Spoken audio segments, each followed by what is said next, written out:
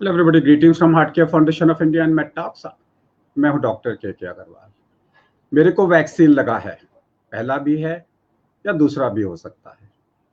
And after the vaccine I have started getting throat pain, throat irritation, sore throat, nasal symptoms, mild cough, mild breathlessness.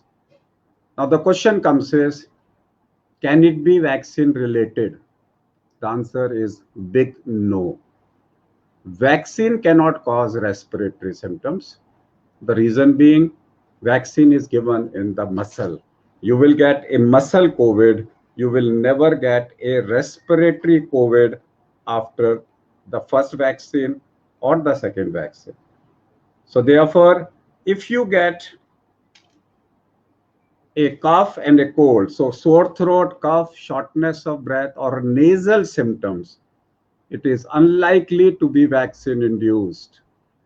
Either you have developed COVID infection, it may be unrelated to COVID, it can be a flu.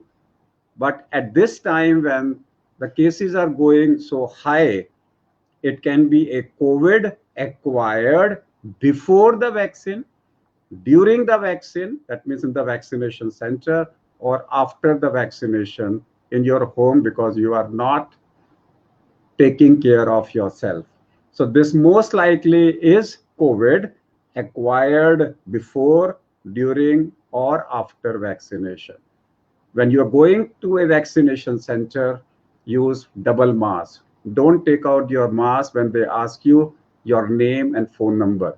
Speak through the mask, because in that particular COVID center, vaccination center, many people may be positive there.